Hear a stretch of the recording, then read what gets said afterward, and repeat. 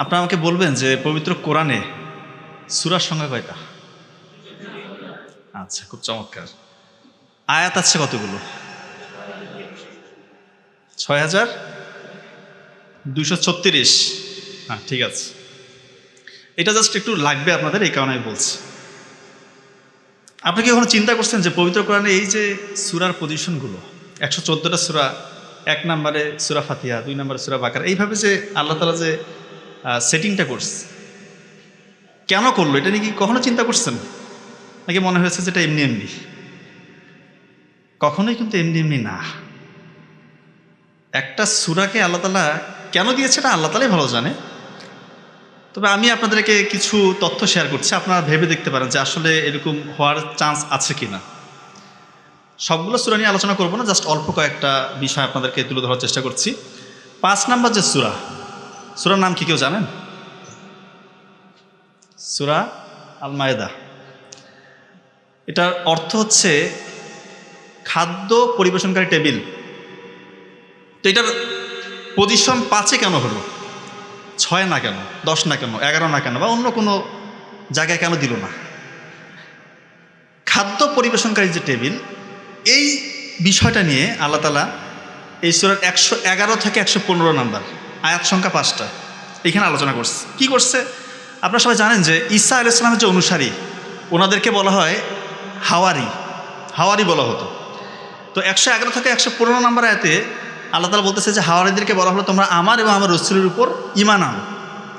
তো হাওয়ারি যারা ঈসা আলাইহিস সালামের অনুসারী, তারা বললো হ্যাঁ, আমরা ঈমান আনলাম, আপনার এবং আপনার রাসূলের উপর ঈমান আনলাম, আপনি সাক্ষী।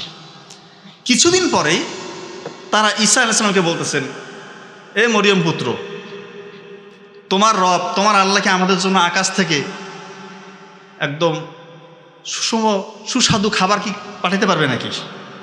এরকম একটা প্রশ্ন ঈসা আলাইহিস সালামকে করছে। তো ঈসা আলাইহিস সালাম ওনাদেরকে বলতেছেন, তোমরা কি বিশ্বাসী নও? যদি বিশ্বাসী হয়ে থাকো তাহলে আল্লাহর ক্ষমতা, আল্লাহর সামর্থ্য সম্পর্কে তোমরা সচেতন থাকো। এরপর ওরা বলতেছে ঈসা আলাইহিস সালামকে যে আমরা বিশ্বাসী, আমরা বিশ্বাস করি, কিন্তু যদি একটু খাবার আমাদের জন্য পাঠাতো আমরা একটু চিত্ত ভরে খেতাম, আমরা একটু পুলকিত হতাম। আর তুমি যে সত্য বলছো এটার একটা সাক্ষী হয়ে যেতাম আমরা। এটা ঈসা আলাইহিস সালামকে বলতেছে। এরপরে ঈসা আলাইহিস সালাম আল্লাহর কাছে দোয়া করলেন যে আল্লাহ, আপনি আমাদের জন্য খাবার পাঠান, এটা আমাদের জন্য একটা আনন্দের উৎসবের একটা বলবো যে এটা আমাদের জন্য একটা বিশেষ একটা আনন্দের একটা উপকরণ হবে আপনি যদি আমাদের জন্য আকাশ থেকে খাদ্য পাঠাতে পারেন, এবং এটা আপনার পক্ষ থেকে একটা সত্যের নিদর্শন হবে। আপনি তো সকলকে রিজিক দান করেন, আপনি মহা রিজিক দাতা। আল্লাহ তাআলা বলল, ঠিক আছে, আমি তোমাদের জন্য অবশ্যই খাবার পাঠাবো, কিন্তু এরপরও যারা অবিশ্বাস করবে তাদেরকে এমন কঠিন আযাব দিব যেরকম আযাব আমি পৃথিবীর কাউকে দেইনি। আয়াত সংখ্যা ৫টা, ১১১ থেকে ১১৫। খাদ্য পরিবেশনকারী টেবিল নিয়ে এই ৫টা আলোচনা, এই ৫টা আয়াত। পজিশন কি? সূরার ৫ নাম্বার। এখন আপনারা বলতেই পারেন যে এটা একটা নিছক কাকতালীয় ঘটনা। ৫টা আয়াতে এই খাদ্য পরিবেশনকারী টেবিল নিয়ে আলোচনা করছে, পজিশন হয়েছে ৫। এটা নিছক একটা দুর্ঘটনা বা কাকতালীয় ঘটনা। আর একটু সামনে যাই, ১১ নাম্বার একটা সূরা আছে, সূরার নাম হুদ। হুদ আলাইহিস সালামের নাম শুনছেন না? হুদ, ওনাকে কোন জাতির কাছে আল্লাহ তাআলা প্রেরণ করেছিল জানেন আপনারা? কোন জাতির কাছে? আদ জাতির কাছে। আদ। তো তারা বিভিন্ন দেব দেবতার পূজা করত। তো এই হুদ যে সূরাটা ১১ নম্বর সূরার ৫০ থেকে ৬০ নম্বর আয়াত, আয়াত সংখ্যা ১১। এই ১১টা আয়াতের মধ্যে আল্লাহ তাআলা কি কথা বলতেছেন দেখেন। হুদ আলাইহিস সালামকে নিয়ে, যে হুদ আলাইহিস সালাম যখন দেখলো যে তার যেখানে ওনাকে প্রেরণ করা হয়েছে ওনার ভাইয়েরা দেবদেবতার পূজা করতেছে, তখন উনি ওনাদেরকে বলতেছে যে তোমরা এক আল্লাহর উপাসনা করো, আল্লাহ ছাড়া কেউ নাই, এক আল্লাহ ছাড়া অন্য কারো তোমরা শিরক করো না, দেবদেবতার পূজা ছেড়ে দাও, এগুলো কথা বলতেছে ওনাদেরকে। ওনারা বলতেছে যে তুমি যে সত্য বলতেছো এর তো কোনো প্রমাণ তোমার কাছে নাই, আমরা তোমাকে বিশ্বাস করি না, আর আমাদের কাছে মনে হচ্ছে তোমাকে আমাদের দেবদেবতারা তাদের কুদৃষ্টি, অশুভ দৃষ্টি তোমার উপর বলছে, এই জন্য তুমি উল্টাপাল্টা কথা বলতেছো। এই কথা বলতেছে হুদ আলাইহিস সালামকে। তো উনি বললো যে দেখো ভাইয়েরা, আমি নির্ভর করি এক আল্লাহর উপর, যার আওতাধীন নয় এরকম একটা প্রাণীও নাই। সকল প্রাণী আমরা সেই আল্লাহর আওতাধীন। আমি তোমাদেরকে আল্লাহর যে দাওয়াত সেটা পৌঁছে দিয়েছি, এরপর যদি তোমরা এটাকে প্রত্যাখ্যান করো, হয়তো আল্লাহ তাআলা অন্য কোনো জাতিকে তোমাদের স্থলাভিষিক্ত করবেন। ওই জাতি কিন্তু অনেক শক্তিশালী ছিল, আদ জাতি অনেক শক্তিশালী, খুবই পাওয়ারফুল, পাহাড় কেটে তারা সাম্রাজ্য তৈরি করতো, খুবই পাওয়ারফুল। তো তারা তাদের হুদ আলাইহিস সালামের কথায় কোনো সাড়া না দিয়ে তারা বললো যে কবে তোমার আল্লাহ শাস্তি আসবে আমরা দেখবো, এরকম একটা কথাবার্তা। এরপরে তো আল্লাহ তাআলা ওই জাতিকে একদম ধ্বংস করে দিয়েছিল। আয়াত সংখ্যা কিন্তু 11টা, 50 থেকে 60, 11টা আয়াতে এই কথাগুলো আসছে হুদ আলাইহিস সালামকে নিয়ে। পজিশন কত? সূরার পজিশন কত? 11। আয়াত কটা আসছে? 11। সূরা আল মায়েদার পজিশন 5, খাদ্য পরিবেশনকারী টেবিল, মায়েদা অর্থাৎ খাদ্য পরিবেশনকারী টেবিল। আয়াত সংখ্যা 5, 11 থেকে 111 থেকে 115, আর এখানে 50 থেকে 60, 11টা আয়াত, 11 নাম্বার পজিশনে হুদ যে সূরা সেটাকে আল্লাহ তাআলা নাজিল করলো, অবস্থান দিল। আর একটু সামনে আগে, তাহলে হয়তো আপনাদের কনসেপশনটা আর একটু ক্লিয়ার হবে। 18 নম্বর একটা সূরা আছে, সূরার নাম কি? সূরা কাহাফ। আপনারা দেখবেন কাহাফ অর্থ গুহাবাসী, গুহাবাসী যুবক, তাদের ঘটনা আল্লাহ তাআলা এখানে একদম নাজিল করছে 9 থেকে 26। 9 থেকে 26 নম্বর আয়াতে ঠিক গুহাবাসী যুবকদের ঘটনা বলা আছে, ঠিক 18টা আয়াত। 18টা আয়াতে আল্লাহ তাআলা গুহাবাসী যুবকদের ঘটনা বললো, পজিশন ঠিক 18। আর একটু সামনে পরের সূরাটি হচ্ছে সূরা আল মরিয়ম, 19 নম্বর সূরা। মরিয়ম আলাইহিস সালামকে নিয়ে ঘটনা দেখেন, ওইখানে 16 থেকে 34, ঠিক 19টা আয়াত।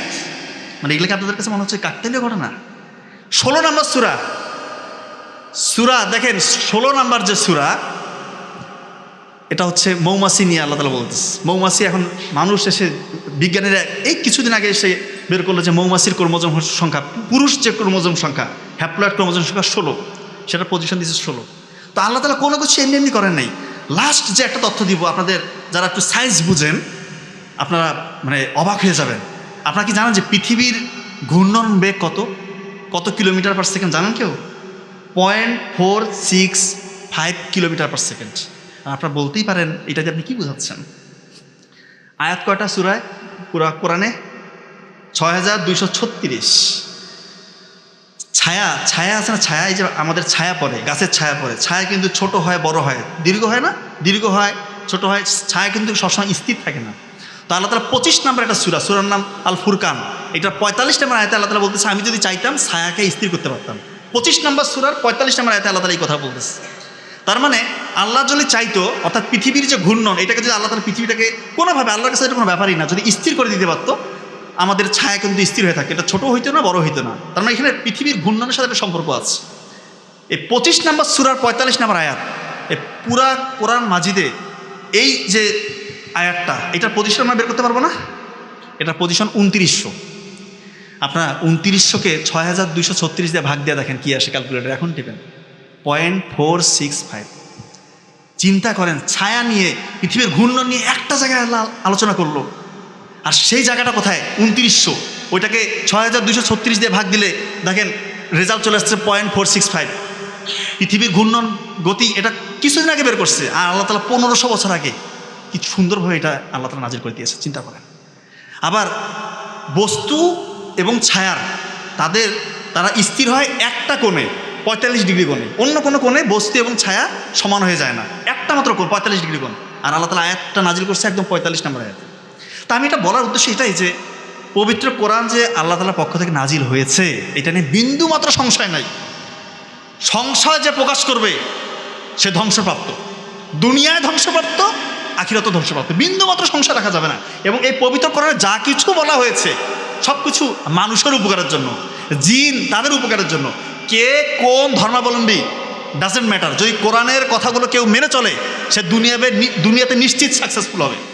পরকালের কথা পরে বললাম, এখানে অনেক ব্যাপার সেবার আসবে, কিন্তু দুনিয়াতেও যদি কেউ কোরআনের যে নির্দেশনাগুলো দেওয়া হয়েছে আমাদের জন্য, যে কথাগুলো মানতে বলা হয়েছে সেটা যদি কেউ মানে, যেগুলো নিষেধ করা হয়েছে সেটা যদি কেউ সেটা যদি কেউ ত্যাগ করে, সে দুনিয়াতে নিশ্চিত সাকসেসফুল হবে।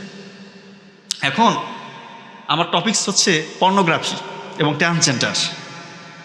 কোরআনে কি অশ্লীলতা করতে বলা হয়েছিল নাকি? অশ্লীল কাজে নিজেদেরকে নিমজ্জিত রাখতে বলছিল নাকি? কোরআনে স্পষ্ট করে বলা আছে, বারবার বলা আছে। 17 নম্বর সূরা বনি ইসরাইলের 32 নম্বর আয়াতে দেখেন আল্লাহ তাআলা বলতেছে তোমরা জেনার ধারে কাছে যাও না, এটা জঘন্য এবং নিকৃষ্ট কাজ, এটা একটা অশ্লীল কাজ, জেনার ধারে কাছে যেতে নিষেধ করেছে। তো অশ্লীল কাজ করলে কি হয়?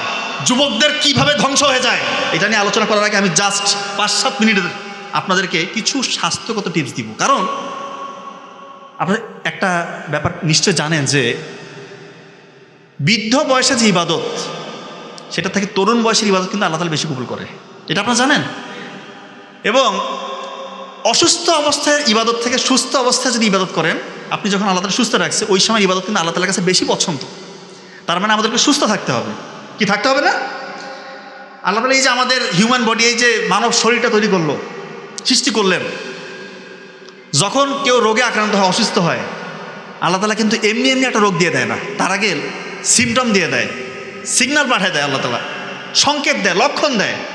এই লক্ষণটা ধরতে পারলে আল্লাহ চাহে তো আপনি অনেক রোগ থেকে আল্লাহ চাইলে নিজেকে মুক্ত রাখতে পারবেন। এবং রোগের পরবর্তী যে জটিলতা, এটা থেকেও আল্লাহ চাইলে আপনি ইনশাআল্লাহ অনেকটা সেফ থাকতে পারবেন। প্রথমে আমি মাথা থেকে আসি। মাথার যদি আপনার সমস্যা হয়, ব্রেন ঠিকঠাক মতো কাজ করতেছে না, তাহলে কীভাবে বুঝবেন? আপনি দেখবেন আপনার চোখে আপনি ঝাপসা দেখতে পারেন, মাথা ঘুরবে, আপনার মেজাজ খিটখিটে থাকবে, আপনি দেখবেন যে কোনো একটা বিষয়ে সহজে কনসেন্ট্রেশন দিতে পারবেন না, মনোযোগ দিতে পারবেন না, মনোযোগ 10 সেকেন্ড আপনার থাকবে না, মনোযোগ বিচ্ছিন্ন হয়ে যাবে। আপনি একটা জিনিস সহজে ভুলে যাবেন, খুব সহজে ভুলে যাবেন, আপনি অনেক চেষ্টা করবেন কিন্তু ভুলে যাবেন, মনে করতে পারবেন না। তার মানে আপনার ব্রেইনটা ঠিকঠাক মতো কাজ করতেছে না। ব্রেইন ঠিক রাখার জন্য 1 নম্বর হচ্ছে রাতের ঘুম। এশার নামাজের পর যত দ্রুত পারেন ঘুমিয়ে যেতে হবে। আজকে তো প্রোগ্রামে অনেক দেরিতে, আজকের বিষয়টা ভিন্ন। এশার নামাজের পরে যত দ্রুত ঘুমিয়ে যাবেন এবং ফজরের আগে যদি উঠতে পারেন, আপনার ব্রেইনটা অনেক বেশি সুপার চার্জ হবে। এই যে মোবাইলের অনেকক্ষণ চালানোর পরে ব্যাটারি শাটডাউন হয়ে যায় না, চার্জ দিলে ঠিকঠাক, ওরকম আমাদের ব্রেইনটা তো সারাদিন আমরা কর্মব্যস্ত থাকি, অনেক কাজে ব্যস্ত থাকি, ব্রেইনটাকে যদি ঠিক রাখতে চান, রাতের ঘুমটা খুবই জরুরি, খুবই জরুরি। আমি তো এটা বারবার বলি যে নাইট ডিউটি, এই যে আমরা ডক্টর, পুলিশ আরও যারাই আছে, এত বেশি নাইট ডিউটি সায়েন্টিফিক্যালি প্রুভড, শেষ হয়ে যাচ্ছে, মস্তিষ্ক শেষ হয়ে যাচ্ছে, শরীর শেষ হয়ে যাচ্ছে। কত যে এটার যে কতটা ভয়ঙ্কর ইফেক্ট পড়ে আমাদের শরীরের উপর, আমাদের ব্রেইনের উপর, কীভাবে বোঝাবো? নাইট ডিউটি সর্বোচ্চ মাসে একটা। এখন এগুলো কথা বলতে বলবে তাহলে কি ডিউটি কে করবে? ওইভাবে জনগণকে রিক্রুটমেন্ট করতে হবে যদি সত্যিকার অর্থে সুস্থ থাকতে চাই। এটা সত্যি কথা, এটা যে কোনো পেশার ক্ষেত্রেই। এখন কিভাবে করতে হবে এটা গভর্নমেন্ট জানে, এটা ইন্টারন্যাশনালি সবাই মিলে এটা বসে ঠিক করতে হবে। একটা মানুষের মাসে একটা বেশি নাইট করাই উচিত না। আমাদের ডাক্তারি পেশায় তো দেখা যায় সপ্তাহে 3-4টা নাইটও থাকে। এখন তো উপজেলাগুলোর অবস্থা খুবই খারাপ, মাত্র 2জন ডাক্তার দিয়ে চালায়, মাসে 15টা নাইটও করতেছে, খুবই খারাপ অবস্থা।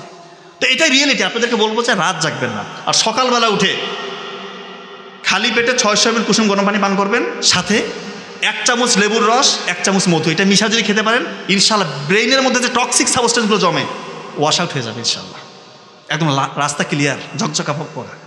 একদম শিশু বাচ্চা থেকে শুরু করে বয়স্ক পর্যন্ত সবাই এই জিনিসটা মেনটেন করবেন। ব্রেন গেল, হার্ট সব থেকে পাওয়ারফুল, এটা হচ্ছে পাম্প মেশিন। মোটর দেখেন না, এই যে আমাদের এখানে দোলাবাড়ি বলে, মানে যেখানে ক্ষেত খামার আছে না, ধান চাষ করে, এক জায়গায় মোটর বসেছে, ওইখান থেকে সব জায়গায় পানি সার্কুলেট হয়ে যাচ্ছে। এরকম আমাদের এইখান থেকে রক্তটা পুরো বডিতে সার্কুলেট হয়। এই হার্টটা যদি ঠিক না থাকে, এখানে যদি ওই যে চর্বি জমে, এক কথা কোলেস্টেরল জমে, হার্টে ব্লক হয়, আপনার কাম শেষ। তাহলে কীভাবে বুঝবেন? একটু কাজকর্ম করলে দেখবেন হাঁপায় যাবেন, তার মানে আপনার হার্টটা ঠিক নেই। সিঁড়ি বেয়ে উপরে উঠতেছেন, দেখতেছেন আপনি হাঁপায় যাচ্ছেন, আগে আপনি এরকম ছিলেন না। আপনি ক্লান্তিবোধ, একটু কাজ করবে আপনি অবসাদগ্রস্ত লাগে, আপনার একটু কাজ করলে শ্বাসকষ্ট হয়, তার মানে আপনার হার্টটা ঠিক মতো চলতেছে না, হার্টবিটটা ফাস্ট হয়ে যায়। একটু কাজকর্ম করলে, একটু ভারী কাজ করলে, একটা ভারী কিছু উঠাইছেন, আপনার হার্টবিট ফাস্ট, দপ করতেছে, তার মানে আপনার হার্টটা ঠিক নাই। হার্ট ঠিক রাখতে হবে, কীভাবে পারবেন? এটা তো আগে থেকেই করতে হইতো। 1 গামলা ভাত নিয়ে যদি বসে খান, আপনার হার্ট জীবনে ঠিক থাকবে না। ভাত খেতে হবে কম, শাকসবজি ফলমূল বেশি করে খেতে হবে, খাবারগুলো চিবিয়ে খেতে হবে। এখানেও রাতের ঘুমের খুব জরুরি একটা ব্যাপার আছে, রাতের ঘুমটা ইনশিওর করতে হবে, আগে রাতে ঘুমাইতে হবে।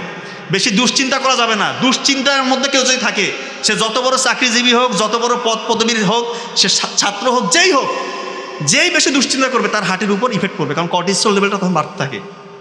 যখন আমরা খুব বেশি দুশ্চিন্তা করি, আমাদের কর্টিসল লেভেল বেড়ে যায়। কর্টিসল লেভেল বাড়লে এটা হার্টের জন্য খারাপ। একটু মডারেট এক্সারসাইজ করতে হবে। সকালবেলা ফজরে উঠে 20 মিনিট, আধা ঘন্টা একটু এক্সারসাইজ করতে হবে, একটু গায়ে রোদ লাগাতে হবে, তাহলে আমরা হার্টটা ভালো থাকবে। কথা কি বুঝতে পারতেছেন?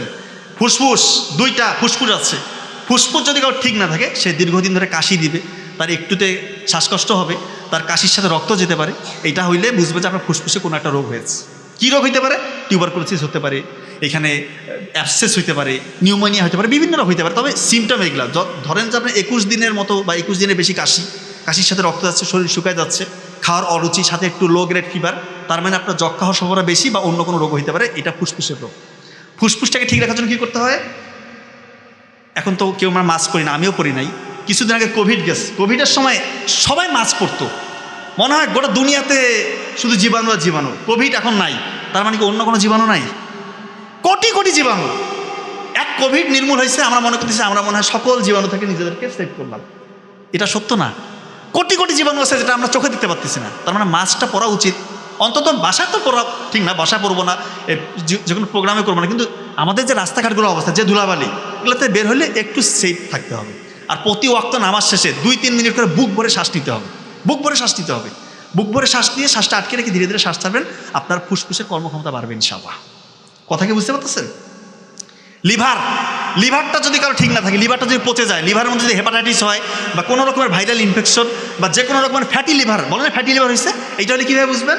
দেখবেন যে চোখের উপরের দিকে দেখবেন যে চোখটা হলুদ হয়ে গেছে, প্রস্রাব হলুদ, খাওয়ার মধ্যে অরুচি, শরীর শুকিয়ে যাচ্ছে, খাওয়া মানে সামনে দেখলে বমি বমি ভাব, তার মানে ওর জন্ডিস, ধরে নেওয়া যে জন্ডিস হয়ে গেছে। এবং জন্ডিস কিন্তু কোনো রোগ না, এটা লক্ষণ। এটা হয়েছে মানে তার হেপাটাইটিস হওয়ার সম্ভাবনা বেশি, তার মানে তার পরীক্ষা করতে হবে। কথা বুঝতেছেন? আমার কথা কি বোঝা যায়? পেটের যে সমস্যা, পেটে কিন্তু অনেকগুলো অর্গান আছে। আমি ওভারঅল যদি বলি, আপনার পেটের মধ্যে কোলন ক্যান্সার হওয়ার ঝুঁকিতে আছেন আপনি, কীভাবে বুঝবেন? কোলন ক্যান্সার হোক, স্টোমাক ক্যান্সার হোক, এটা ঝুঁকিতে আপনি আছেন, কীভাবে বুঝবেন? খুব ইম্পর্টেন্ট, এই কথাটা খুবই ইম্পর্টেন্ট। বাংলাদেশে আমি যত রোগী দেখি, হাজার হাজার পেশেন্ট আমি দেখি, বেশিরভাগ মানুষের মধ্যে দেখি এই সমস্যা। তার পায়খানার মধ্যে রেগুলারিটি নাই। সে নিয়মিত তো পায়খানা হবে, এক টাইমে পায়খানা হবে, দিনে 2বার হোক, 1বার হোক, 3বার হোক, টাইমটা তো একই রকম হবে। কিন্তু অনেকে বলতে স্যার আমার পায়খানার টাইম ওলটপালট, আজকে 1বার করছি, কালকে 5বার, তারপর 3 দিনও কোনো খোঁজখবর নাই। পায়খানার বেগ আসে না ঠিক মতো, পায়খানা গিয়ে বসে থাকতে হয়, টয়লেটে গিয়ে আমাকে বসে থাকতে হয়, অনেকক্ষণ চাপ দিতে হয়। এটা তার মানে বুঝতে হবে তার কোলন ক্যান্সার ঝুঁকির মধ্যে আছে। অনেকের পায়খানার রাস্তার সাথে রক্ত যায়, এটা নর্মালি পাইলস থেকে হয়, কিন্তু দীর্ঘদিন যদি রক্ত যায় আপনার কিন্তু সমস্যা থাকার সম্ভাবনা বেশি। আপনি এটাকে ইগনোর করবেন না। পেটের এনভায়রনমেন্ট ভালো রাখার জন্য আমি বলতেছি লাল চালের ভাত খাবেন। লাল চালের ভাত খেতে হবে আপনাকে। লাল চালের ভাত খাবেন, খাবারগুলো অনেকক্ষণ চিবিয়ে খাবেন, সকালবেলা উঠে খালি পেটে অবশ্যই পানি পান করবেন, এবং সম্ভব হলে টক দই খাবেন অন্তত সপ্তাহে 2-3 দিন। টক দই খেলে পেটের এনভায়রনমেন্টের জন্য এটা খুবই ভালো। আর একটা সমস্যা হয়, আমি দেখি বেশিরভাগ মানুষকে, যে কৃমিনাশক ওষুধ খেতে চায় না। কৃমিনাশক ওষুধ খেতে চায় না। 6 মাস অন্তর অন্তর আপনার কৃমিনাশক ওষুধ খেতেই হবে, কারণ কৃমি আপনার পেটের মধ্যে আসেই। আপনি কৃমিনাশক ওষুধ খান নাই মানে কৃমি আপনার শরীরে, আপনি যত খাবার খাচ্ছেন এই পুষ্টিটা কৃমি খেয়ে ফেলতেছে, আপনার শরীরে পুষ্টি লাগতেছে না। হয়তো আপনার স্বাস্থ্য ঠিক আছে, কিন্তু আপনার শক্তি নাই, কারণ আপনি কৃমিনাশক ওষুধ খান নাই। এটার কারণে আপনার শরীরের ভিতরে রক্ত সে খেয়ে নেয়, চুষে রক্ত ধীরে ধীরে খেয়ে নেয়। অনেকের দেখবেন অ্যানিমিক, তার রক্ত স্বল্পতা আছে, বিশেষ করে মেয়েদের এটা বেশি হয়। এজন্য বলবো দয়া করে আপনারা অবশ্যই 6 মাস অন্তর অন্তর কৃমিনাশক ওষুধটা খাবেন। বুঝতে পারতেছেন? অনেকে দেখবেন কিডনির যদি সাময়িক কোনো সমস্যা হয়, প্রস্রাবে জ্বালা পড়া আছে না, এরকম অনেকের আছে, প্রস্রাবে জ্বালা পড়া হয়, প্রস্রাবে ছোটোখাটো পাথর হয়। আমি একটা কথা আপনাদেরকে বলি, খুব ইম্পর্টেন্ট। পাথরকুচি পাতা আছে না, পাথরকুচি পাতা, এইটা যদি কেউ 1 চা চামচ করে খেতে পারে, ইনশাআল্লাহ 14 দিন যদি সে খায়, আল্লাহ যদি চায় প্রস্রাবে ইনফেকশন তো দূর হবেই, এবং পর্যাপ্ত পানি পান করতে হবে। তার ছোটোখাটো পাথর, অর্থাৎ 7 মিলিমিটারের কম যদি পাথর থাকে, স্টোন, ইউরিনারি ট্র্যাক্ট ইনফেকশন, সাথে ইউরেটারের মধ্যে আপনার পাথর হয়েছে বা কিডনির মধ্যে ছোটোখাটো পাথর হয়েছে, পাথরটা ওয়াশ আউট হয়ে যাবে, কারণ পাথরকুচি পাথরের মধ্যে লিথোট্রিপটিক ইফেক্ট রয়েছে এটা। অর্থাৎ এটা পাথরটাকে ভিতর থেকে ক্রাশ করতে পারে, ভাঙতে পারে, ভেঙে এটাকে ওয়াশ আউট করে দিবে। সাথে আপনি তো অবশ্যই ডক্টর দেখিয়ে আপনি অ্যান্টিবায়োটিক যেটা দেয় সেটা তো আপনি খেতেই পারেন, অবশ্যই খাবেন, কিন্তু পাথরকুচি পাতার সত্যিকার অর্থে এটার ইফেক্ট রয়েছে। অনেকের দেখেন না বিষফোড়া হয় অনেকের। আমি একটা কথা বলতে, একদম সাইন্টিফিক্যালি প্রুভড। পেঁয়াজ আছে না, পেঁয়াজ রস করে ওটা গরম করতে পারেন, অথবা আস্ত পেঁয়াজ গরম করে ওইটা ওই ফোড়ার মধ্যে একটু কাপড় দিয়ে পেঁচে, মানে যখন কুসুম গরম থাকবে ওইখানে একটু সেক দিবেন দিনে 2বার করে। দেখবেন ফোড়ার ভিতরে যে ব্যাকটেরিয়াগুলো আছে, স্টাফিলোকক্কাস অরিয়াস, স্ট্রেপ্টোকক্কাস, বিভিন্ন রকমের ব্যাকটেরিয়া, এগুলোকে বের করে দেয়। আর পুষটা যে ভিতরের দিকে বসে থাকে, ও পুষটাকে বাইরের দিকে নিয়ে এসে এটা হচ্ছে মানে ফেটেই দিয়ে আপনার ওই অ্যাবসেস যেটা বলতেছি আমরা আমাদের ভাষায়, অ্যাবসেস মানে যেটাকে বিষফোড়া বলেন, এটা ইনশাআল্লাহ খুব দ্রুত নির্মূল হয়ে যাবে। কারণ পেঁয়াজের মধ্যে সালফার কম্পাউন্ডস রয়েছে, এটা অ্যালিসিন একটা উপাদান থাকার কারণে, এবং এটা কিন্তু একই সাথে অ্যান্টিবায়োটিকের মতো একটা রোল প্লে করে। এটা আপনারা করে দেখেন, খুবই ইফেক্টিভ। অনেকের ছোটোখাটো আঁচিল হয়, এটা আপনারা 1/2 চা চামচ রসুনের রস আর সামান্য একটু ভায়োডিন, মানে পোভিডেন আয়োডিন সলিউশন, এটা মিক্সড করে কয়েকদিন ওই ছোটো যে আঁচিলগুলো হয় ওইখানে লাগায় রাখবেন। কয়েকদিনের মধ্যে দেখবেন ছোটো আঁচিল হলে এটা চলে যাবে। তো এই মোদ্দা কথা, রাতের বেলা ঘুমটা আগে ঘুমাবেন, ফজরের আগে উঠবেন। আপনারা ফজরের আগে উঠে 2 রাকাত নফল নামাজ পড়বেন, যে কোনো ক্যাটাগরি স্টুডেন্ট হন না কেন ভাই, আল্লাহর কাছে চান, আল্লাহ তাআলা বাড়াই দিবে। অনেকে বলেন আমি সম্পদশালী হতে চাই, টাকা পয়সার মালিক হতে চান না? খুব টাকার দরকার না? সৎভাবে টাকার পাহাড় হয়ে যাবে টাকার, শুধু দান করেন। যতটুক আছে আপনার, যতটুক আপনি 100 টাকার মালিক, ওইখান থেকে 10 টাকা 20 টাকা দিয়ে দেন, আল্লাহ কোন দিক দিয়ে রিজিক বাড়া দিবে। মানে কোথা থেকে আসতেছে এত রিজিক? আমি নিজে প্রমাণ, আমি বহু টাকাওয়ালার মালিক না, কিন্তু আমি আমার স্টেজে, আমার বয়সে আলহামদুলিল্লাহ আল্লাহ তাআলা আমাকে যা দিয়েছে, এটা তো ওপেনলি বলা যায় না, বৈধভাবে যা আমি করেছি আলহামদুলিল্লাহ, শুকরিয়া। আমার বড় ভাইও তাই, আমাদের পরিবারটাই তাই। আপনার দান করেন, গোপনে দান করেন। আর ফজরের আগে উঠে চোখের পানি ফেলেন। এই কথা আমি সব জায়গায় বলি, চোখের পানি ফেলেন। আপনি কি বিপদে আছেন? পৃথিবীতে এমন কোনো বিপদ নেই যেটা আপনার কাটবেন ইনশাআল্লাহ। কি বিপদ আপনার? কিসের বিপদ? কি আপনি ছাত্র, চাকরি হচ্ছে না? বড় বড় চাকরি, আমরা তো সর্বোচ্চ চাকরি করি নাকি? বিসিএস ক্যাডার তো নাকি? বাংলাদেশে তো এটাই আপনারা মনে করেন যে এটা আইডল। আমরা এগুলো কিছু মনে করি না, এটা দুনিয়াবি সাফল্য আমাদের কাছে কিছু না। কিন্তু বলতেছি, ডাক্তারিতে চান্স পাইছি, বিসিএস ক্যাডার হয়েছি, আমি হচ্ছে মেধাহীন, অত বেশি মেধা আমার নাই। আমি আল্লাহর সাথে কানেকশন তৈরি করার চেষ্টা করেছি। ফজরের আগে উঠেছি, মায়ের দোয়া নিয়েছি, পড়েছি, আল্লাহ তাআলা দিয়ে দিয়েছে। এই যে আপনাদের ভালোবাসা এটা আপস অ্যান্ড ডাউন হয়। মানুষের সম্মান কীভাবে বাড়ে, কীভাবে কমে, সেটা নিয়ে আমি অশ্লীলতার সাথে এটার কোরিলেশন হবে, এটা নিয়ে আমি আলোচনা করব। তবে আমি যেটা বলছি, আপনার দান করেন। আমার কথাটা স্টাম্পে সাইন নেন, আমার প্রয়োজনে আপনার দান করেন। আপনার যদি রিজিক বৃদ্ধি না পায়, আমি চ্যালেঞ্জ করে বলতেছি, এটা অবশ্যই আপনার রিজিক বৃদ্ধি পাবে।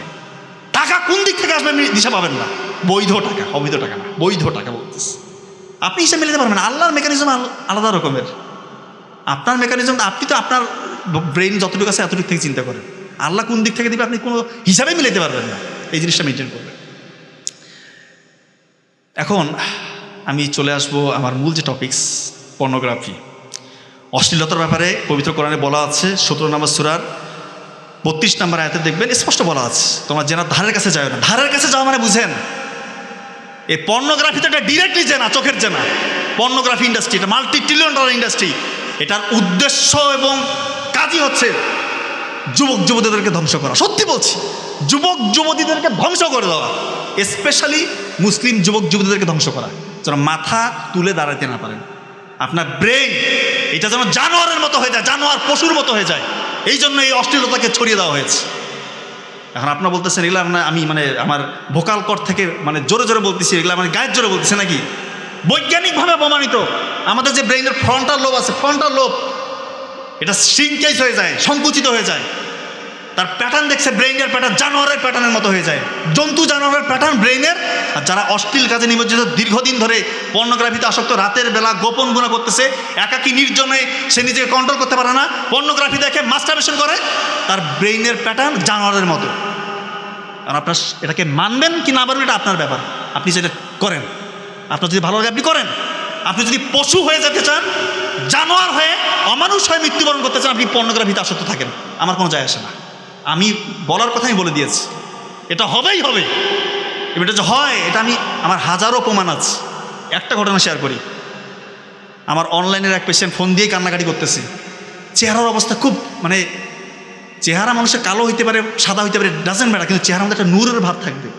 চেহারাটা কি দেখেই মনে হচ্ছে কেমন একটা তাই এটা বললাম না, যাই হোক, চেহারা নূর নাই, এক কথায় শেষ। সে বলতেছে, স্যার আপনি যে কথা বলতেছেন মনে হচ্ছে আমাকে সামনে রেখে, আমাকে দাঁড় করে রেখে কথা বলতেছেন। কেমন কী হয়েছে?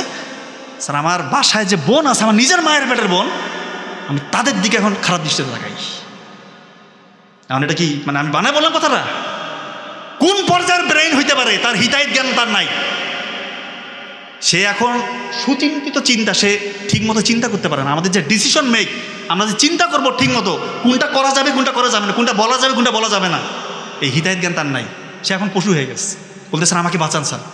যখন আমি আমার বোনকে দেখে বাথরুমে গিয়ে মাস্টারবেশন করার পরে, তখন আমার মনে হয় এটা আমি কী করলাম। সেটা আমার নিজের বোন, আর ভাইয়ের মতো আমাকে আদর করে।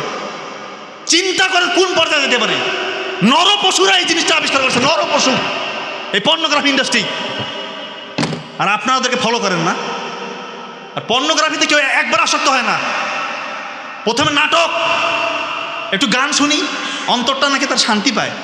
আর তোকে এইখান থেকে নিয়ে যাবে, ওই নাটকের মধ্যে একটা 1 ঘন্টা 2 ঘন্টা নাটকে পুরোটাকে অশ্লীল কিছু দেখে না, একটা সিন হতে হবে এমন কিছু দেখাবে যেটা থেকে আপনার ব্রেন টিগার আউট হয়ে যাবে, আপনি স্টিমুলেট হবেন, আপনি তখন আর কন্ট্রোল করতে পারবেন না, তখন মনে হবে যে নাটক বাদ, সিনেমাতে যাই, কি টালিউড বলিউড হলিউড এই সেই দিয়ে, তখন ওইটা তো আপনার ব্রেন আর শান্ত হবে না, ক্ষান্ত হবে না, আপনাকে আরও চাই, আরও লাগবে, কি লাগবে, পর্ন দেখবেন, পর্ন দেখেও এরপর আপনি সফট হোম থেকে যত রকমের খারাপ পর্ন আছে সেটা দেখে দেখে আপনি এরপর আপনার ব্রেন থেকে শুধু হাই ডোপামিন রিলিজ হবে, ও আরও চায় আরও চায়, আপনি তো ওইভাবে দিতে পারবেন না, তখন আপনি পশুর সাথে সেক্স করে এরকম পর্ন আপনি দেখবেন।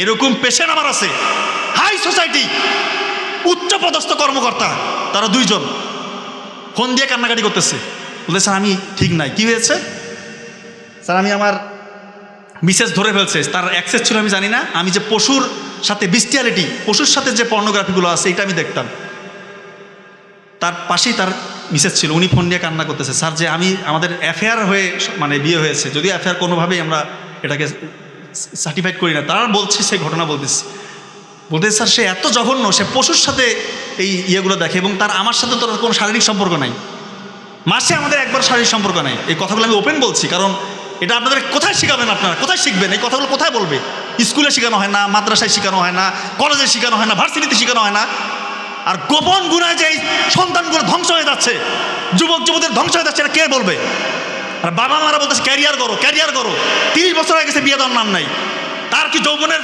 তাকাজা নাই, তার চাহিদা নাই, সে কোথায় মিট আপ করবে, এটা বাবা মারা কবে বুঝবে এই জিনিসটা, মানে তার সাবালক হয়ে গেলেই বিয়ে দিয়ে দেবেন, কয়টা লোক খাবে রে ভাই, আপনার ছেলেকে বিয়ে দিলে কয়টা লোক খাবে, একটা মেয়ে তো, তাকে নিজের মেয়ের মতো করে দেখেন না, তারা 2 জনে লেখাপড়া করুক বিয়ের পর, চোখের জানা থেকে তো বাঁচে, অশ্লীল কাজগুলো থেকে তো বাঁচে, একটা ছেলে 16-18 বছর থেকে যদি সে মাস্টারবেশন করে পর্ন ভিডিও দেখে, 30-35 বছর হয়ে গেছে আপনি বিয়ে দিচ্ছেন না, এই 12-15 বছর তো শেষ, আর পরে বলতেছেন আমাদের বাচ্চা হচ্ছে না, আপনার ছেলে বহুত বড় ক্যাডার অফিসার বা আরও বড় কিছু কোটি কোটি টাকার মালিক, তার অবস্থা জানেন আপনি কি, তার স্ত্রীকে যা বলেন, এমনি এমনি পরকীয় সম্পর্ক বাড়তেছে, হ্যাঁ পরকীয় এমনি বাড়ে, প্রবাসী ভাইরা ফোন দিয়ে বলতেছে স্যার 3 মাস ছিলাম, 3 বছর 4 বছর প্রবাসে থাকার পর 3 মাস মানে 6 মাস থাকতে আসছি দেশে, 3 মাস থাকছি, আমার স্ত্রীকে আমি 3 মিনিট সময় দিতে পারিনি, 3 মিনিট, আমি লজ্জায় চলে আসছি, স্যার আপনি আমার চিকিৎসা করেন, হিস্ট্রি কি, পর্নোগ্রাফি মাস্টারবেশন দীর্ঘদিন ধরে, আর প্রবাসে যারা থাকে এত টাকার লোভ, বাংলাদেশে কি না খেয়ে মরে যাবা, সেখানে টাকার জন্য কাঙ্গাল হয়ে গেছে, কিভাবে থাকে, একা একা থাকে 5 বছর 6 বছর হয়ে যায় বিদেশে থাকে, ও কি মানুষ না, ও কি ফেরেশতা, ও কি প্রতিদিন রোজা দেন নাকি, 100টার মধ্যে 95টার উপরে এই হিস্ট্রি, সারাদিন পরিশ্রম, এত কাজ করে, রাতের বেলা এসে তার শরীরটাকে রিচার্জ করবে, সে ঘুমাবে, সেটা না, সে পর্ন ভিডিও দেখতেছে, মাস্টারবেশন করতেছে, তার শরীর শেষ, আবার পরের দিন ওখানে তো মানে পশুর মতো খাটায়। মালয়েশিয়া যারা থাকে ওই পেশেন্ট আমাকে বলে, স্যার চায়না আমাদের যে মালিক চাইনিজ ভাষা কিছু বুঝেও না স্যার, শুধু কয় কাজ, মানে কাজ স্যার কিছুই বুঝে না, শুধু কাজ করায়, সারাদিন কাজ করে, রাতের বেলা এই অবস্থা, আমার শরীরে কিচ্ছু নেই স্যার, আমি জাস্ট উপরে একটা ফ্রেম আছে আমার মানুষের, আমি ভিতর থেকে অমানুষ, ভিতর থেকে অমানুষ। এই কথাগুলো বলছিল, একটাও মিথ্যা কথা। আর পরিবারগুলোতে তো জেনার আখড়া লেগে আছে, কিভাবে আপনারা বলতে পারেন, কিভাবে? রাসূলুল্লাহ সাল্লাল্লাহু আলাইহি ওয়াসাল্লাম বললো যে দেবর ভাবির সম্পর্ক এটা মানে সব থেকে সেন্সিটিভ, এরপরে হচ্ছে যে আরেকটা কি সম্পর্ক, হ্যাঁ দেবর ভাবি, আর একটা সম্পর্ক আছে শালি দুলো ভাই। সত্য ঘটনা বলতেছি, আমি চেম্বারে আছি, 2 জন আসলো, আমি মনে করতেছি স্বামী স্ত্রী, তো ওই মেয়ের তার পার্সোনাল কথা, প্রাইভেট পার্টের কথা যেটা ওই ছেলেটা বলে দিচ্ছে আর কি। তো যাই হোক আমি চিকিৎসা দিলাম, বললাম যে বিয়ে কত বছর হয়েছে, বলতেছে আমার শালি। কি কি কি করবেন কোন শালি, তা মানে আপনি কেন এখানে, দাঁত কালায় হাসতেছে। চিন্তা করেন, প্রেসক্রিপশন দিয়ে গেলাম, হুন্ডা বাইকের পিছনে ভব করে টান দিয়ে চলে গেল। এই হচ্ছে সম্পর্ক। বাবা মারা কি মানে মাথার মধ্যে কিছু আসে না, নাই আল্লাহ জানে, জামাই আসছে আর একটু শালিকে নিয়ে ঘুরবে, চিন্তা করেন এগুলো কোন লেভেলের রে ভাই। এলা কি এক একটা অলি নাকি? এরা যারা বিয়ে করার শালি কি তার কি মানে ওর কি কাজ করে না কোনো ব্রেনের মধ্যে নাকি? শালিকে নিয়ে ঘুরবে আর ওইখানে অশালীন কিছু হবে না, অবৈধ কিছু হবে না, এই চিন্তার মধ্যে আছে না? এত পবিত্র। এগুলা একটা আমি মিথ্যা কথা বলতেছি না। আর এক ভাই ফোন দিচ্ছে, অনলাইনের পেশেন্ট, যে আমার ভাইয়ের সমস্যা, তার ইরেকটাইল ডিসফাংশন, প্রিম্যাচুর ইজাকুলেশন, এগুলোর কথা তার ছোট ভাই বলতেছে। ঠিক আছে, দুই ভাইয়ের সম্পর্ক ভালো হতে পারে, বলতেই পারে। আমি আপনার ভাইকে দেন, বলতেছে ভাই নাই, ভাবি আছে। ভাবিকে বসা এগুলো কথা বলতেছে, তার ভাই নাই। ভাই নাই কেন? ভাই লজ্জা পায়। চিন্তা করেন অবস্থা। এই হচ্ছে পরিবারগুলোর অবস্থা। ছোটবেলায় তো কার্টুন দিয়ে দিচ্ছেন, কার্টুন দিচ্ছে না বাচ্চাকে। আমার বাচ্চা স্মার্ট, কার্টুন চালাতে পারে, মোবাইলের হেভি জানে। আমার ছেলে না স্যার, আমার দেখেন না স্যার, এই অনেক কিছু জানে, নিজে নিজে সার্চ দেয়, ইয়ে করে। 7 বছর বয়সে, আরে বাপরে বাপ, মানে খুব গর্ব ফিল করে ওরা। কার্টুন দিয়ে দিচ্ছেন, ব্রেন থেকে ডোপামিন রিলিজ হচ্ছে, সে অভ্যস্ত হয়ে যাচ্ছে যে আমার এখন সে হাই ডোপামিন যে কাজগুলো থেকে রিলিজ হবে, সে তার ওই কাজগুলো তার করতে হবে। হাই ডোপামিন রিলিজ যেগুলোর কাজ থেকে হয়, হ্যাঁ, এটা তো বাবা মা জানে। ডোপামিন খারাপ না, ডোপামিন ভালো। যতটুকু আমাদের শরীরে দরকার ততটুকু ডোপামিন ভালো। ততটুকু ডোপামিন কোথা থেকে আসে? যতটুকু আমাদের শরীরের জন্য উপযোগী। মা বাবার সাথে একটু হাসি ঘুমুখে গল্প করা, সন্তান থাকে তার সাথে একটু খেলাধুলা করা, মাঠে গেছেন বন্ধুদের সাথে একটু খেলতেছেন, ক্রিকেট ফুটবল যেটাই খেলেন, ব্যাডমিন্টন খেলতেছেন, বই পড়তেছেন, কোরআন তেলাওয়াত করতেছেন, নামাজ পড়তেছেন, আল্লাহর সাথে তাহাজ্জুদে কথা বলতেছেন, কান্নাকাটি করতেছেন, এখান থেকেও ডোপামিন রিলিজ হবে। এই ডোপামিনটা আপনার জন্য ভালো, এই ডোপামিনটা আপনার জন্য ভালো। এটা ততটুকু আল্লাহ তাআলা ওই সময় বের করে যতটুকু আপনার শরীরের জন্য ভালো, আপনার ব্রেইনের জন্য ভালো। আপনি মাইন্ডফুল থাকবেন, আপনি প্রশান্তি পাবেন। আর যখনই হাই ডোপামিন, উচ্চ ডোপামিন বের করতে যাবেন, এটা আপনার শরীরের জন্য খারাপ, আপনার ব্রেনকে বিগড়ে দিবে। কোন কোন কাজ থেকে হাই ডোপামিন বের হয়? 1 নম্বর পর্নোগ্রাফি, জুয়া, ইয়াবা, যে কোনো রকমের মাদকাসক্ত, অন্য ঘরের মেয়ের দিকে উকি দেওয়া, যত রকমের আনইউজুয়াল অ্যাক্টিভিটিস আছে। এক কথায় ইসলাম যেগুলোকে নিষেধ করছে সবগুলো জায়গা থেকে এই আপনার কি বলা হচ্ছে হাই ডোপামিন রিলিজ হয়। আর আপনি আপনার সন্তানকে ছোট্ট বয়সে কার্টুনটা দিয়ে দিলেন, কি ক্ষতি করলেন চিন্তা করতেছেন আপনি? আপনি নিজেই এটার ক্ষতিটা করলেন। দয়া করে ভাই, দয়া করে পর্নোগ্রাফিটা ছাড়েন, না হলে আলটিমেটলি আমাদের কাছে আসতে হবে। যারা পর্নোগ্রাফি ছাড়তেছেন না, কি কারণে আসতে হবে? বিয়ের আগে নিজেই বুঝবেন যে আমার অবস্থা খারাপ, বিয়ে করার পর আরও বুঝবেন যে আপনার অবস্থা কতটা খারাপ। তখন ফোন দিয়ে কান্নাকাটি করবেন, তখন কিন্তু খুব কঠিন হয়ে যায়, সত্যি কঠিন হয়ে যায়। হ্যাঁ, তবে আশার আলো আছে যে কেউ যদি সত্যিকার অর্থে একেবারেই কাট অফ করে দিতে পারে, দীর্ঘদিন আপনি পর্ন দেখছেন, মাস্টারবেট করছেন, যত রকমের নোংরা কাজ করছেন, আপনি টোটালি কাট করে দেন। আপনি প্রয়োজনে মোবাইল ফোনটা থেকে দূরে থাকেন 3 মাস 6 মাস, আরও যতদিন লাগে মাথাটা ঠান্ডা করতে। হাই ডোপামিনের যে রেস্টটা, ওইটা কাটাইতে হবে আপনাকে, আপনি সেখান থেকে বের হইতে হবে আপনাকে। নাবিল ভাই মনে চলে আসছে, যাকে আমি আর কথা বেশি বলবো না। তো আপনি এইটা থেকে বের হইতে হবে আপনাকে। আপনি মোবাইল ফোনটা দূরে রাখেন, আপনি যত কষ্টই হোক আল্লাহর কাছে কান্নাকাটি করেন, চোখের পানি ফেলেন, আল্লাহ তাআলা আপনাকে সাহায্য করবে। আল্লাহ ছাড়া পৃথিবীর কোনো শক্তি না আপনাকে এখান থেকে বের করতে পারে, পৃথিবীর কোনো শক্তি নাই। আল্লাহর কাছে কান্নাকাটি করেন, আল্লাহ সাহায্য করবেন, নাহলে আপনি এখান থেকে বেরোতে পারবেন না। আর একটা সর্বশেষ কথা, যে ট্রান্সজেন্ডার নিয়ে কথা বলতে বলেছেন। ট্রান্সজেন্ডার হচ্ছে, ট্রান্সজেন্ডার বলার আগে আপনি কয়েকটা কথা বলে। LGBTQ, এলটা হচ্ছে লেসবিয়ান, মেয়ের সাথে মেয়ের সম্পর্ক। জি হচ্ছে গে, ছেলের সাথে ছেলের সম্পর্ক। বি হচ্ছে বাইসেক্সুয়াল, অর্থাৎ সে একই সাথে ছেলের প্রতি আকর্ষণ, মেয়ের প্রতি আকর্ষণ। আর একটা হচ্ছে ট্রান্সজেন্ডার, ও ছেলে, বাইরে থেকে দেখলে সে ছেলে, কিন্তু সে নাকি ভিতর থেকে ফিল করে সে আমি মেয়ে। চিন্তা করেন, বাইরে থেকে ছেলে, সে ভিতর থেকে ফিল করেছে আমি মেয়ে। আর হচ্ছে কি কোয়ার, সে কি সে নিজেই জানে না, সে প্রশ্নবোধক, তার কার প্রতি আকর্ষণ সে নিজেই জানে না। এবং একটা হচ্ছে এক্সটেন্ডেড ভার্সন, হচ্ছে অ্যাবসেন্স, তার কোনো কিছুর প্রতি আকর্ষণ নাই। তো যেটা ট্রান্সজেন্ডার, সেটা আমি আপনাকে বলি, এই দীর্ঘদিন যারা পর্নোগ্রাফিতে আসক্ত, স্পেশালি এই ধরনের পর্ন দেখে, তাদের মাথার মধ্যে এরকম ফ্যান্টাসি কাজ করে। তারা এরকম চিন্তা করতে করতে তাদের ব্রেইনের মধ্যে একটা প্যাটার্ন চেঞ্জ হওয়ার কারণে তাদের এরকম হইতে পারে। আবার অনেকের জন্মগতভাবে হইতে পারে, সেটা ডাক্তাররা ঠিক করবে যে এরকম আসলে হয় কি না। ক্রোমোজোমাল প্যাটার্ন যদি তাদের চেঞ্জ হয়, সেটা খুবই রেয়ার। আর একটা কথা বলি, আপনাদের সন্তানরা অনেকে আছে না, ছোটোবেলা থেকেই মেয়েদের সাথে মানে বড় হয়, ছোটোবেলা থেকেই সে তার বোন, আশেপাশে শুধু বোন, মা, খালা, নানি, দাদি, কোনো ছেলেদের সাথে তার মানে বেড়ে ওঠা নাই।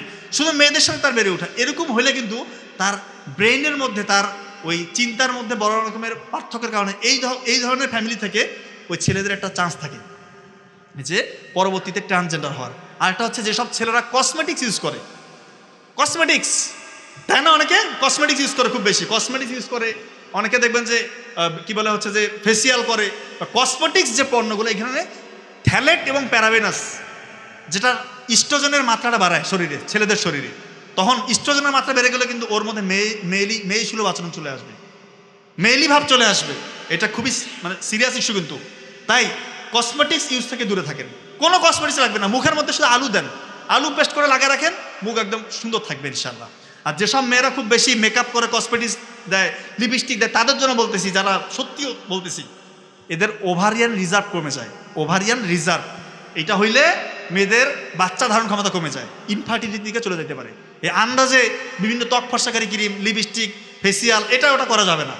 বাড়িতে ন্যাচারালি সকালবেলা ভোরবেলা উঠে ফজরের নামাজ পড়ুক, একটু কোরআন তেলাওয়াত করুক, পানি পর্যন্ত পান করুক, বাড়ির কাজগুলো করুক, দেখবেন যে এমনি চেহারা ঠিকঠাক থাকবে ইনশাল্লাহ। তো আমি আর কথা বাড়াবো না, আশা করছি আপনারা আমার কথা বুঝতে পেরেছেন। আমি আসলে সময় থাকতে আরও কথা বলতাম, আজকে আসলে সব কিছু মিলেই একটু হ্যাভেজাল সিচুয়েশন।